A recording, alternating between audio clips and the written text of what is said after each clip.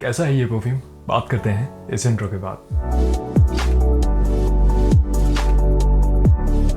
नमस्कार दोस्तों, आपका स्वागत है परफ्यूम ज्ञान में। मेरा नाम है हरप्रीत। आज हम स्किन बाय टाइटन के नॉक्स ओम परफ्यूम के बारे में बात करेंगे। खुशबू, परफॉर्मेंस, क्या ये किसी परफ्यूम का क्लोन है और इसके दाम के हिसाब से इसको खरीदना एक सही ऑप्शन होगा कि नहीं, हर चीज़ों के बारे में डिस्कस करेंगे।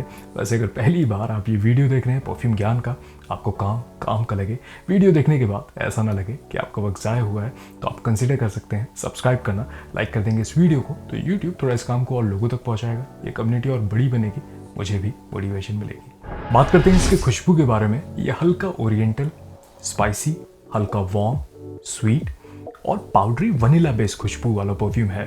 इसमें जो सबसे प्रोमिनेंट नोट्स मुझे महसूस होते हैं, ऐसा लगता है शुरुआत में जब मैं इसको स्प्रे करता हूँ तो कार्डमम, इलायची की खुशबू महसूस होती है।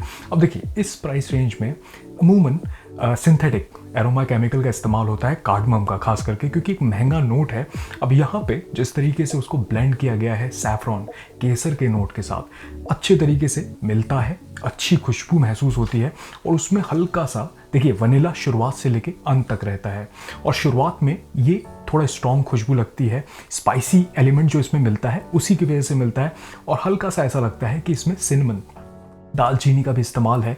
तो देखिए बहुत ओरिएंटल नहीं है, स्टिल एक वेस्टर्न टेक है, एक मॉडर्न सी खुशबू लगती है। अब स्प्रे करने के आधे घंटे के बाद जो टॉप में कार्डमम और सैफरॉन का इस्तेमाल है वो थोड़ा फेड हो जाते हैं। जो मिड में पचूली का इसमें इस्तेमाल किया गया है और कैरमल की खुशबू महसूस होती है। अब देखिए बहुत प्रोमिनेंट नहीं है, उसके वजह से हल्का सा सॉल्टी एलिमेंट मिलता है, थोड़ा सा चॉकलेटी खुशबू भी महसूस होती है, और पचूली की वजह से इसमें थोड़ा सा हर्बेशियस ग्रीन अर्थीनेस महसूस होता है, थोड़ा सौंधापन लगता है, और ये पाउडरी होने लगता है क्योंकि जिस तरीके से बेस में वनीला का इस्तेमाल है, मुझे ऐसा लगता है कि इसमें स्ट्रॉन्ग खुशबू है वनीला की, शुरुआत से लेकर के अंत तक वो खुशबू रहती है। और एक सिंथेटिक एम्बरी नोट का इस्तेमाल किया गया। देखिए जो अंबर है, एम्बर का जो नोट होता है ये नेचुरल नहीं होता है, ये लैब में बनाया हुआ खुशबू है। इस नोट में हल्का बेल्जामिक रेजिन वाली स्वीटनेस होती है, लेकिन सटल सा नोट होता है, इसमें बहुत कोजी सी खुशबू महसूस होती है। तो देखिए जिस तरीके से ये शुरुआत के आधे घंटे रहता है, स्ट्रॉन्ग स्पाइसी खुशबू लगती है, उसके बाद ये थोड़ा पाउडरी होने लगता है, वनीला की खुशबू और प्रोमिनेंट हो जाती है, मिड और बेस वाली खुशबू आपको महसूस होने लगेगी, और उसके बाद ये थोड़ा सा गरमॉन्डिश भी लगता है, ऐसा थोड़ा खाने वाली खुशबू लगती है, थोड़ी स्वीटनेस बढ़ती है, और उसके बाद ये लगभग 1 घंटे तक एक बंधी हुई खुशबू लगती है। उसके बाद ये खुशबू बिखरने लगती है। अब देखिए जब मैंने इसको शुरुआत में इस्तेमाल किया तो मुझे एक परफ्यूम की याद आई। अब ये है जॉन पॉल गोटियर ला पार्फूम। ऐसा लगता है ये इससे काफ़ी इंस्पायर्ड है। अब ये मैं कहना चाहता हूँ कि इसका क्लोन नहीं है, अलहदा खुशबू है। जिस तरीके से हैदराबाद और लखनऊ की बिरयानी अलग होती हैं, अब देखिए कुछ इंग्रेडिएंट मैच कर सकते हैं, लेकिन कोई भी खाएगा तो कहेगा कि बिरयानी ही है। यहाँ पे भी जिस तरीके से इनके तासीर में वनीला का इस्तेमाल है और शुरुआत में कार्डमम का इस्तेमाल है, मैच करते हैं। ऐसा लगता है कि एक जोन में है। एक और परफ्यूम मुझे याद आया था, ये जो मैंडेरिना ब्लैक का ब्लैक एक्सट्रीम परफ्यूम है, ये भी मुझे लगता है सेम कैटेगरी में है, लेकिन इसमें और थोड़े अलग खुशबू का इस्तेमाल किया गया है, वनीला का लेकिन सिमिलर इस्तेमाल है। लेकिन इन दोनों की बात करूं तो शुरुआत के लगभग 1 से 1.5 घंटे तक मुझे काफ़ी सिमिलैरिटीज़ लगती हैं। हाँ, इसमें आयरस का इस्तेमाल है, इसमें आपके अलग से लैवेंडर की खुशबू आती है, इसमें हल्की सी फ्रेशनेस महसूस होती है जो इसमें नहीं है। ये थोड़ा सा और स्पाइसी है। और एक कमी की मैं बात करूं इसकी, तो शुरुआत के 1 से 1.5 घंटे तक सभी खुशबू जो नोट्स हैं बहुत अच्छे से बंद करके आपको मिलती है जब भी मैं इसको लगाता हूं, और स्किन पे लगभग 1.5 घंटे के बाद ये बिखरने लगता है। सभी नोट्स फ्लैट होने लगते हैं, और जो वनीला का इस्तेमाल है थोड़ा चीप लगने लगता है। देखिए ज़रूरी नहीं है कि आपके साथ भी ऐसा हो, लेकिन जब भी मैंने इसको स्किन पे इस्तेमाल किया है, कपड़ों पे भी, तो मुझे ऐसा लगता है कि मुश्किल से 1.5 घंटे बाद टॉप नोट तो देखिए इसके फेड हो जाते हैं। उसके बाद जिस तरीके से बेस में पचूली और वनीला का इस्तेमाल है, और जो कैरमल की हमने बात की, वो थोड़े सिंथेटिक लगने लगते हैं, तो मुझे हल्की सी इरिटेशन भी होती है, लेकिन ओवरऑल एक अच्छी खुशबू है। मुझे लगता है कि अगर आपको वनीला की खुशबू पसंद आती है हल्के स्पाइसेस के साथ, तो आप इसको बहुत एंजॉय करेंगे। ये भी है कि शुरुआत में मुझे थोड़ा स्ट्रॉन्ग लगा, तो अगर आप सेंसिटिव हैं तो इसके 1 और 2 ही स्प्रे थोड़ा दूर करें, क्योंकि ऐसा हो सकता है कि नाक में चढ़े, आपको इरिटेट भी कर सकती है, क्योंकि थोड़ी स्पाइसी स्ट्रॉन्ग सी खुशबू लगती है। लेकिन अगर आपको एक ऐसा आपको चाहिए जो वनीला के साथ थोड़े स्पाइसेस, और वो भी ओरिएंटल थोड़े स्पाइसेस का अगर ब्लेंड, तो ये एक बहुत अच्छा ऑप्शन बन सकता है। मुझे ऐसा लगता है कि मेल फीमेल इसको कोई भी कैरी कर सकते हैं। और जिस तरीके से कार्डमम, इलायची का इस्तेमाल है, सैफरॉन का इस्तेमाल है, इसमें हल्का सिडक्टिव एलिमेंट भी महसूस होता है। तो ओवरऑल अच्छे तरीके से ब्लेंड किया हुआ परफ्यूम है।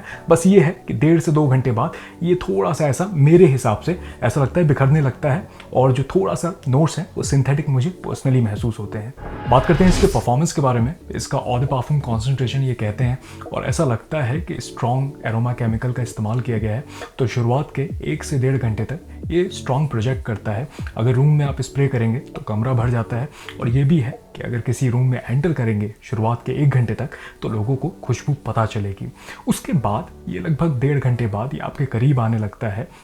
स्किन पे देखिए स्टिल 5-6 घंटे तक लॉन्जेविटी महसूस होती है। जिस तरीके से इसका ट्रांजिशन है, शुरुआत में स्ट्रॉन्ग है, उसके बाद ये फेड होता है थोड़ा सा टॉप नोट, उसके बाद ये सटल होने लगता है, फिर बेस नोट प्रोमिनेंट हो जाते हैं। तो लगभग 5-6 घंटे तक मुझे स्किन पे महसूस होता है। कपड़ों पे स्प्रे करता हूँ तो लगभग 10 से 15 घंटे इसकी खुशबू लिंगर करती है। और शुरुआत की वही जो हमने बात की, 1.5 से 2 घंटे मैक्सिमम ये प्रोजेक्ट करता है। उसके बाद अगर आप मूव करेंगे तो लोगों को स्टिल पता चलेगा। ऐसा नहीं है कि पूरी तरीके से आपका स्किन सेंट बन जाएगा, नहीं, अगर आप मूव करते हैं तो पता चलता है। तो ओवरऑल परफॉर्मेंस सही है। मतलब अगर थोड़े ठंडे मौसम में लगा लें तो मेरे ख्याल से लोगों को पता चलेगा। इसके इस्तेमाल के बारे में बात करें तो इसकी खुशबू के हिसाब से मुझे लगता है इसको कोई भी कैरी कर सकता है, मेल या फीमेल। थोड़ी सी मैच्योर खुशबू लगती है। देखिए मॉडर्न तो है, लेकिन अगर आप 25 प्लस हैं तो मुझे लगता है ज़्यादा बेटर सूट करेगा। हल्के ठंडे मौसम में मुझे लगता है अच्छा है, क्योंकि थोड़ा स्पाइसी एलिमेंट है। गर्मी में भी लगा सकते हैं, लेकिन मुझे लगता है इरिटेट कर सकता है। ठंडे मौसम में पर्सनली इसको लगाना मुझे अच्छा लगता है। स्पेशल सी खुशबू है, तो किसी भी फंक्शन में अगर इवनिंग टाइम में अपना सिग्नेचर स्मेल बनाना चाहते हैं तो बना सकते हैं। सेडक्टिव एलिमेंट भी है, तो इसको डेट में भी लगा सकते हैं। बस ये है कि बहुत मैस्कुलिन खुशबू नहीं लगती है, लेकिन ओवरऑल एक स्पेशल सी खुशबू है, तो इसका कोई भी इस्तेमाल कर सकता है। तो निष्कर्ष क्या निकलता है? देखिए इसके दाम के हिसाब से मैंने 895 रुपीज़ दिए थे ऐसे 20 ml के बॉटल के लिए। बॉटल दिखने में खूबसूरत है और सिंपल से बॉक्स में आती है ये। तो इसके अगर बॉटल को देखें तो गोल्डन कैप है, स्प्रेयर भी देखें तो सही है, मतलब मिस्ट एक सही डिस्ट्रीब्यूशन है। ओवरऑल क्वालिटी सही है बॉटल की। लेकिन पर्सनली दाम के हिसाब से अगर मैं बात करूं तो खुशबू एक फ्रेंच परफ्यूम जैसी है। जिस तरीके से इसको ब्लेंड किया गया है, इंग्रेडिएंट्स भी सस्ते नहीं लगते हैं, शुरुआत में अच्छी खुशबू लगती है, परफॉर्मेंस भी सही है। लेकिन मुझे ऐसा लगता है कि यहाँ पे स्किन बाय टाइटन इसको थोड़ा सा महंगे साइड पे उन्होंने रखा है। अगर इसका 100 ml लगभग 3,000 रुपये के प्राइस रेंज में बिके और ऐसा 20 ml लगभग 600-650 रुपये में, तो मुझे लगता है हमारे डेमोग्राफिक को ज़्यादा सूट करेगा। अब देखिए सच्चाई ये भी है कि इन्होंने थोड़ा प्रीमियम कुछ बनाने की कोशिश की है, तो यहाँ पे इसीलिए थोड़ा महंगे साइड पे है। पर्सनली मुझे लगता है 800-1000 रुपये ये ऊपर है। तो अगर आपको डिस्काउंट पे मिले कभी 3-3,500 रुपये के प्राइस रेंज में इसका 100 ml, और जिस हिसाब से मैंने कहा 600-650-700 तक भी अगर 20 ml मिले तो पैसा वसूल है। अब देखिए ये भी है, कभी हम बाहर के परफ्यूम को 8-9 हज़ार का भी होता है तो कह देते हैं पैसा वसूल है, महंगा है, लेकिन अच्छा है। इसमें बहुत से फैक्टर्स होते हैं। पहली बात तो इम्पोर्टेड प्रोडक्ट है, ब्रांड वैल्यू की भी बात है, ऊपर से इंग्रेडिएंट्स किस लैब में बना है, मार्केटिंग में भी खर्च होता है, तो बहुत से फैक्टर्स यहाँ पे होते हैं। यहाँ पे अगर एक मेड इन इंडिया परफ्यूम है, मैंने जब सर्च किया तो क्राफ्टेड इन फ्रांस ये कहते हैं, लेकिन परफ्यूम को जो बनाया गया है वो इंडिया में ही बना है। तो उस हिसाब से मुझे लगता है कि थोड़ा सा इंडियन डेमोग्राफिक को कंपनी को समझना चाहिए। मैं ये नहीं कह रहा हूँ कि परफ्यूम अच्छा नहीं है, मुझे पर्सनली काफ़ी अच्छा लगा और एक फ्रेंच परफ्यूम जैसा ही है, परफॉर्मेंस भी बढ़िया है। तो ओवरऑल अगर इसको आप खरीदेंगे तो निराश नहीं होंगे, अगर खासकर आपको वनीला की खुशबू पसंद है और इसके डीएनए को समझ करके ही खरीदें। क्योंकि देखिए ऐसा भी हो सकता है कि स्पाइसी लगे, बहुत आपको थोड़ा मैच्योर लगे तो बहुत पसंद ना आए, तो समझें तभी इसको कंसीडर करें। पहले आप इसका डीकैन खरीद करके देख सकते हैं। इस डाइकॉटमी को आपको समझना पड़ेगा कि महंगा है, सस्ता है कि नहीं है। डील पे खरीदेंगे तो मुझे लगता है आप ज़्यादा एंजॉय करेंगे और आपको ये भी लगेगा कि पैसा वसूल है। वैसे अगर आपने इसको इस्तेमाल किया है तो मुझे कमेंट बताएं आपको कैसा लगता है। आपका सबसे पसंदीदा स्किन बाय टाइटन का कौन सा परफ्यूम है, मैं जानना चाहूँगा। चलिए मैं मिलूंगा आपसे अगले वीडियो में, तब तक आप अपना ख्याल रखिए। नमस्कार।